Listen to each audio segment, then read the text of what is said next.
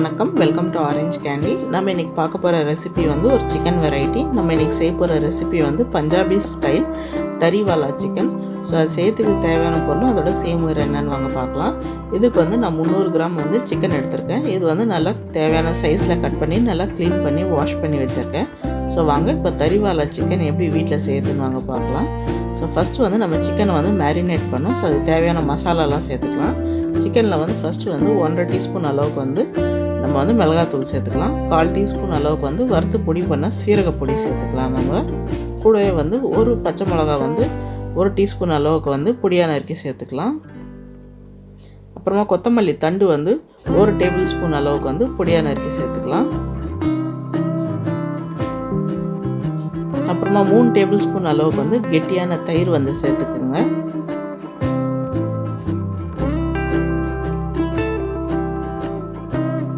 இது கூட வந்து நம்ம வந்து தேவையான அளவுக்கு உப்பு சேர்த்துக்கலாம். சிக்கனுக்கு மட்டும் தேவையான அளவுக்கு உப்பு சேர்த்துக்கோங்க நீங்கள். அப்புறம் 1/4 டீஸ்பூன் அளவுக்கு மஞ்சள் தூள். இப்போ இதெல்லாமே சேர்த்து நல்லா மிக்ஸ் பண்ணி விட்டுக்கலாம். இது சிக்கனில் வந்து எல்லாமே வந்து ஈவனாக கோட் ஆகிற மாதிரி வந்து நல்லா கலந்து விட்டுக்குங்க. இப்போ பாருங்கள், சூப்பராக வந்து நம்ம மசாலாலாம் நல்லா மிக்ஸ் பண்ணியாச்சு. இப்போ இந்த மசாலா மிக்ஸில் வந்து சிக்கன் வந்து 1/2 மணி நேரம் வந்து நல்லா மேரினேட் ஆகணும். இப்போ பாருங்கள், சிக்கன் வந்து நல்லா ஒரு 1/2 மணி நேரம் மேரினேட் ஆகிடுச்சு நம்ம மசாலா மிக்ஸில். ஸோ வாங்க இப்போ தரிவாலா சிக்கன் எப்படி செய்யறதுன்னு வாங்க பார்க்கலாம். ஸோ அதுக்கு வந்து ஃபஸ்ட்டு ஒரு கடாயை எடுத்துக்கோங்க. அதில் வந்து ஒரு 2 டேபிள் ஸ்பூன் அளவுக்கு வந்து எண்ணெய் சேர்த்துக்கலாம். நம்ம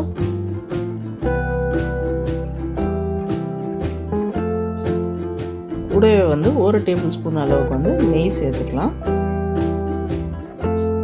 எண்ணெய் வந்து நல்லா சூடானதுக்கப்புறம் நெய் நல்லா உருகுனதுக்கப்புறம் நம்ம அதில் வந்து 1 டீஸ்பூன் அளவுக்கு வந்து சீரகம் சேர்த்துக்கலாம்.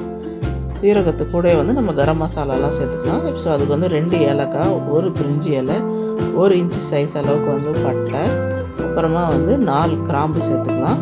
ஸோ இந்த ஹோல் கரம் மசாலாலாம் நம்ம எல்லாமே எண்ணெயில் வந்து நல்லா வந்து வறுபடுற அளவுக்கு வந்து வறுத்துக்கலாம். அடுத்ததாக வந்து ஒரு பெரிய சைஸ் வெங்காயம் வந்து பொடியாக நறுக்கி சேர்த்துக்கலாம். நம்ம இதில் வெங்காயம் வந்து நல்லா பிங்க் ஆகிற அளவுக்கு வந்து வதக்கிக்குங்க. இப்போ பாருங்கள், வெங்காயம் வந்து நல்லா பிங்க் ஆகிடுச்சு. ஸோ இந்த ஸ்டேஜில் வந்து நம்ம 1 டேபிள் ஸ்பூன் அளவுக்கு வந்து இஞ்சி பூண்டு பேஸ்ட் வந்து இதில் சேர்த்துக்கலாம். நம்ம இஞ்சி பூண்டு பேஸ்ட்டோட பச்சை வாடை போகிற அளவுக்கு வந்து நல்லா வதக்கிக்கங்க. இஞ்சி பூண்டு பேஸ்ட்டோட பச்சை வாடை நல்லா போனதுக்கப்புறம் நம்ம இதில் வந்து தக்காளி பேஸ்ட்டு சேர்த்துக்கலாம். ஸோ அதுக்கு வந்து நான் 2 பெரிய சைஸ் பழுத்த தக்காளியை எடுத்து மிக்ஸி ஜாரில் நல்லா பேஸ்ட் பண்ணி வச்சுருக்கேன். ஸோ அது வந்து நான் இதில் சேர்த்துக்க போகிறேன். நீங்கள் வேணும்னா மார்க்கெட்டில் கிடைக்கிற டொமேட்டோ பியூரி கூட இந்த ரெசிபிக்கு யூஸ் பண்ணிக்கலாம். ஸோ இப்போ தக்காளி வந்து நல்லா அதோட பச்சை வாடை போகிற அளவுக்கு வந்து நல்லா வதக்கிக்கலாம். இப்போ பாருங்கள், நல்லா எண்ணெய் கசைய ஆரம்பிச்சிச்சு, தக்காளியும் வந்து நல்லா வதங்கிருச்சு. ஸோ இப்போ இந்த ஸ்டேஜில் வந்து நம்ம இதுக்கு தேவையான மசாலாலாம் வந்து சேர்த்துக்கலாம். இது கூட வந்து நான் 1.5 டேபிள் ஸ்பூன் அளவுக்கு வந்து குழம்புமிளகாத்தூள் சேர்த்துக்க போகிறேன். இன்கேஸ் குழம்புமிளகாத்தூள் இல்லைன்னா நீங்கள் வெறும் மிளகாத்தூளும் மல்லித்தூளும் தனித்தனியாக சேர்த்துக்குங்க. கூடவே வந்து 1/4 டீஸ்பூன் அளவுக்கு மஞ்சள் தூள். ஸோ இதெல்லாம் வந்து நல்லா அதோட பச்சை வாடை போகிற வரைக்கும் நல்லா ஸ்லைட்டாக வந்து வதக்கிக்குங்க. இப்போ மசாலாலாம் வந்து நல்லா பச்சை வாடை போகிற அளவுக்கு வந்து வதக்கியாச்சு ஒரு 30 செகண்டு. ஸோ அடுத்ததாக வந்து நம்ம இதில் வந்து நம்ம மேரினேட் பண்ணி வச்சுருக்க சிக்கனை வந்து இதில் சேர்த்துக்கலாம். இது கூட வந்து ஒரு 2 டேபிள் ஸ்பூன் அளவுக்கு வந்து தண்ணி சேர்த்துக்கலாம். ஸோ நான் வந்து மேரினேட் பண்ண அந்த மீதி இருக்க மேரினேட் மசாலாலேயே வந்து 2 டேபிள் ஸ்பூன் அளவுக்கு தண்ணி சேர்த்து இதில் சேர்த்துக்கிறேன். ஸோ இதெல்லாமே வந்து நம்ம ரெடி பண்ணி வச்சுருக்க மசாலாவில் சேர்த்து நல்லா வந்து மிக்ஸ் பண்ணி விட்டுக்கலாம்.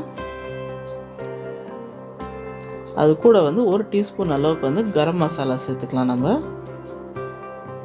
சேர்த்துட்டு இதெல்லாமே வந்து நல்லா மிக்ஸ் பண்ணி விடுங்க. நல்லா மிக்ஸ் பண்ணி விட்டுட்டு இப்போ வந்து நம்ம இது வந்து மூடி போட்டு இதில் வந்து உப்பு சேர்த்துக்கலாம். தேவையான அளவுக்கு உப்பு சேர்த்துட்டு நல்லா மிக்ஸ் பண்ணி விடுங்க. இப்போ இது வந்து நம்ம மூடி போட்டு சிம்மில் வச்சுட்டு ஒரு 1/4 மணி நேரம் வந்து நல்லா வந்து வேக விட்டுடலாம். ஸோ வந்து சிக்கனில் இருக்கிற ஜூஸு, அப்புறம் தயிர், மேரினேஷனுக்கு யூஸ் பண்ண தயிர், இதில் எல்லாமே கொஞ்சம் வந்து நம்ம சிக்கனில் வந்து அந்த ஃப்ளேவர்ஸ்லாம் வந்து கொஞ்சம் நல்லா இறங்கட்டும். ஸோ ஒரு 1/4 மணி நேரம் வந்து வேக விட்டுடலாம். பாருங்கள், இப்போ 1/4 மணி நேரம் ஆகிடுச்சு. ஓப்பன் பண்ணிடலாம். பாருங்கள், சூப்பராக வந்து நம்ம சிக்கன்லேருந்து இந்த ஜூஸ்லாம் கொஞ்சம் நல்லா ரிலீஸ் ஆகிருக்கு. பாருங்கள், சூப்பராக இருக்குது நம்ம சிக்கன். ஸோ இதை வந்து நல்லா கலரி விட்டுட்டு இப்போ இதில் வந்து நம்ம 1/4 கப் அளவுக்கு வந்து தண்ணி சேர்த்துக்கலாம். 1/4 கப்போட கொஞ்சம் கம்மியாகவே தண்ணி சேர்த்துக்கோங்க. தண்ணி சேர்த்துட்டு நல்லா மிக்ஸ் பண்ணி விட்டுக்குங்க.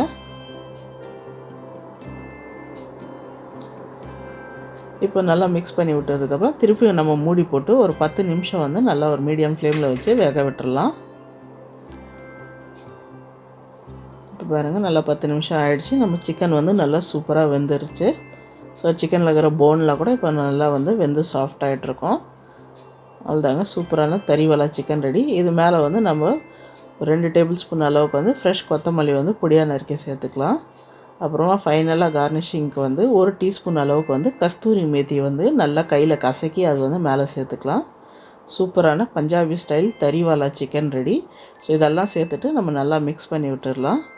பாருங்கள், சூப்பரான பஞ்சாபி ஸ்டைல் தரிவாலா சிக்கன் ரெடி. கண்டிப்பாக இந்த ரெசிபி ட்ரை பண்ணி பாருங்கள், உங்களுக்கும் பிடிக்கும்னு நினைக்கிறேன். ட்ரை பண்ணி பார்த்துட்டு எப்படின்னு வந்து கீழே கமெண்ட் செக்ஷனில் சொல்லுங்கள். அப்புறம் இந்த வீடியோ உங்களுக்கு பிடிச்சிருந்தா லைக் பண்ணுங்கள், ஷேர் பண்ணுங்கள். அப்புறம் மறக்காமல் எங்கள் சேனல் ஆரஞ்ச் கேண்டிக்கு சப்ஸ்கிரைப் பண்ணுங்கள். அப்புறம் மறக்காமல் பெல் ஐக்கனை ப்ரெஸ் பண்ண மறந்துடாதீங்க. நன்றி, வணக்கம்.